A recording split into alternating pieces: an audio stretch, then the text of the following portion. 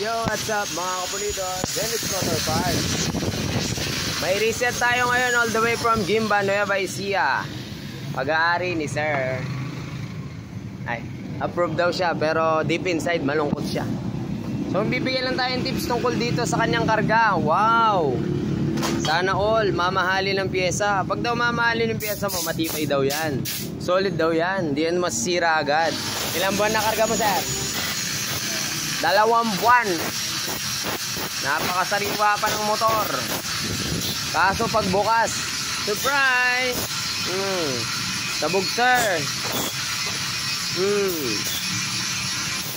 Ulit-ulit na lang tong nangyayari. Napakaraming gumagawa ng Mio. Siguro naman nangyari na to noon. Dapat alam ng adjustment. Taran! Naubos ang speed tech. Ito pala yung nag-inquire dati na walang kahatak-hatak yung motor niya. Papa-reset niya. Malalang pagkaubos sa 2 buwan na karga. Tips lang mga kapulido, ulit. Para ma-avoid natin yung ganitong klaseng pagsabog yung knocking. Tsaka yung nababasagan ka ng piston. Kung stock head lang naman, mag-flat piston ka na lang or so yun, mag-flat piston ka na lang or semi-dome kung stock head ka lang naman. Bakit po nagkakaganito? Over ang compression, kahit anong reach mo pa, kahit pakadami po pa ng gasolina yan, magkakaroon ng problema, magnanak yan kasi sobra-sobra yung presyon. Kasi ang stock head ay maliit lang yung chamber, masyadong masikip ang pagpuputokan niya.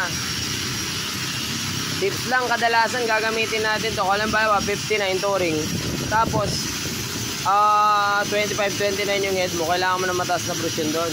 Pero kung stock head lang, huwag naman na. Karirista ka ba, sir? Hindi ka karirista, estudyante siya, araw-araw siya, Tarlac to Gimba.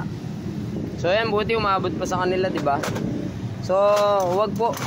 Sayang yung pera ng customer, kamahal ng block. Ano nag-askos? Mahirap sabihin eh. Nakakalungkot. Grabe ah. Gagawin na. Ito. Ganyan. Mahigit 20k. Lower than 20k. Kulang 15,000.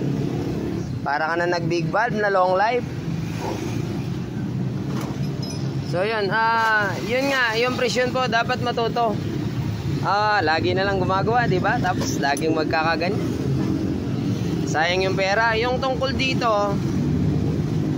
huwag po kayong, depende yan ha. Pero para sa akin ha, huwag kayong gumamit ng 3.0. Sobrang tigas niyan. Kawawa yung cam. Kawawa yung cam, kawawa yung rocker arm. 2.8 na lang kayo, yung 15% torsion na dagdag lang. Para hindi magkaganto sigurado. Tapos yung rocker arm, maubos din talaga yan kapag kaganon. So bagong cam, siyempre set ko Genrex cam sigurado. Tapos bagong tapos wala pang air filter, maalikabok daw sa kanila. Siwang agad kahit chrome bore pa yan, kahit gaano pa katibay yan. Retainer, cut nyo rin. So ayan, naway matuto naman yung marami namang video sa YouTube, mga tutorial ng pagbubuo ng stock head na touring type. Hindi po natin kailangan to kasi hindi naman karirista karamihan ng nagpapagawa ng motor. Kawawa naman yung nagpapagawa, halos umiyak nung nabuksan.